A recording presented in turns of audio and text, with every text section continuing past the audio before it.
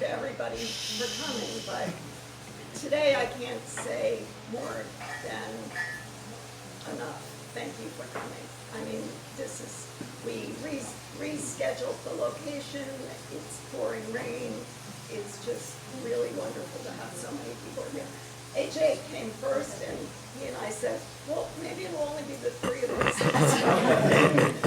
So it's not, and this is a really good turnout, and we're really, really appreciative. I want to run around the room and just introduce ourselves, because we traditionally do that, and but we should do it quickly because we have a lot of things to cover today. So, Fran, let's start with you. Fran Bain. Kay Cunningham. Jonathan Brodsky. Carla Ruth, 76 Pudding Street. Rob Rothman. Michael Grossman. Ivy Baldwin. Joshua Scott. Regina Gill. Bobby Charles. Donna Gazzola. Mike Mikulski. Lois Erlacher. Eula Swenson. Leslie Kumar. Ray Francis. And we missed a couple of minutes. Marion Roach. John Groch. Mark Fenton. Joan Billows. Sarah Bartlett. David Seiter. Okay, just like. I also think it's actually a very appropriate day in some ways to have this conversation, because one of the things we're really going to be thinking about in the next year, 2 years, 5 years, is that with some changes in climate, there are going to be increasing rainstorm events like the ones we've been having this summer. And actually all this last 2 years, but just increasing frequency. I had a rain gauge out in the yard, and on the Saturday of the regatta, it measured 4 inches in 1 hour. Now, I'm not saying that's the most accurate thing, but we're just getting huge amounts of rain in very short times. And that's going to continue. That periods of drought, periods of deluge, just seems to be the prediction for what we're looking at weather-wise. Those deluges of rain, those big rainstorms, have enormous effects on the lake. And the effects on us as lake dwellers are a little different than if we lived in towns or suburbs away from the lake. So one of the things that we will be talking about over time is what the town can do to begin to address some of those stormwater issues. And then today, we'll be discussing a little bit what each of us can do in our own yards, on our own properties. The first person I'm going to introduce gives me a lot of pleasure. This is AJ Reyes, and he is new to me, but has a long history with Putnam Valley. I want to tell you that Sam Oliverio was one of his teachers or his principal when he was in school here in the valley, that he grew up boating and swimming and fishing in these lakes, and that he knows this town well and has really good feeling for it. He went to college and studied ecology, and then from his college years went on to SUNY Oneonta, I hope I'm saying that right. Which is, that's a fans over there. But it's probably the premier lake management program, certainly in the state and maybe in the Northeast. And did that studying in his master's degree in a lake that, ironically, I happen to know well because my son went to camp in a lake called Grant Lake in the Adirondacks, so he studied clear Adirondacks lakes. He knows East Putnam lakes, which are a little more fragile, less comfortable. And he then worked for the U.S. Geological Society, and he's worked all over the country. He worked in Montana, Alaska, Nevada, then he went to North Carolina, was on their faculty for a period of time, and worked in a whole set of other lakes.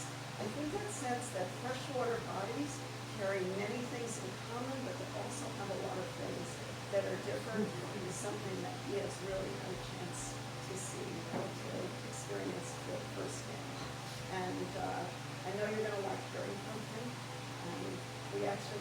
two wonderful speakers. I'll be introducing David Seiter, our neighbor, in a little bit. Can everybody see the screen? The people who are at that side? Okay. There's more seats up there. Okay. I ran here, so I'm Just okay. With no further ado, EJ. Well, Anna, thank you very much for the flattering introduction. That's, I think, the most somebody's ever introduced me. It's like, this guy's going to speak about big stuff that's gross and go. So, as I said, my name is AJ Reyes, or Alejandro, whichever is easier for you. I grew up in Putnam Valley. I went to Putnam Valley High School. I graduated in 2008, and then I left pretty much from 2008 until last year. So, it's kind of weird to be back in the Valley, but I like it a lot.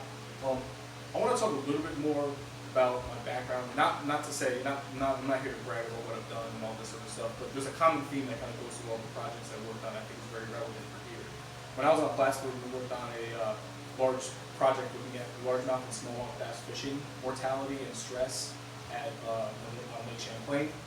And one of the ways we got that project done is because the stakeholders that lived on Lake Champlain and that fished helped us out with the project, collecting fish and collecting samples. So they were with us throughout that process. When I went out to Montana and we worked on some invasive species in Alaska, we got access to lands from the Native Americans that were working there, another stakeholder group. When I was out in Yellowstone, Trout Unlimited, which is a stakeholder group, was helping us track lake trout, which are an invasive species out there, and we're eating the native cutthroat trout. Once again, another stakeholder group. I'm doing a little foreshadowing here, but all these things have in common. When I was in North Carolina working for NC State, we had managed a large reservoir dealing with hydrilla. If you ever heard about hydrilla, it's one of the most it may be the nastiest aquatic invasive species. And we had one of the largest lake recoveries in terms of reducing hydrilla in the United States in the history of its invasion.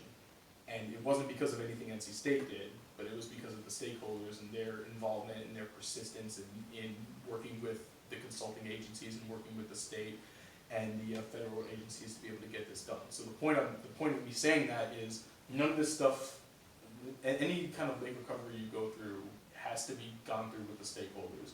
Any consultants that come in or any government agencies that come in can only take you a certain step.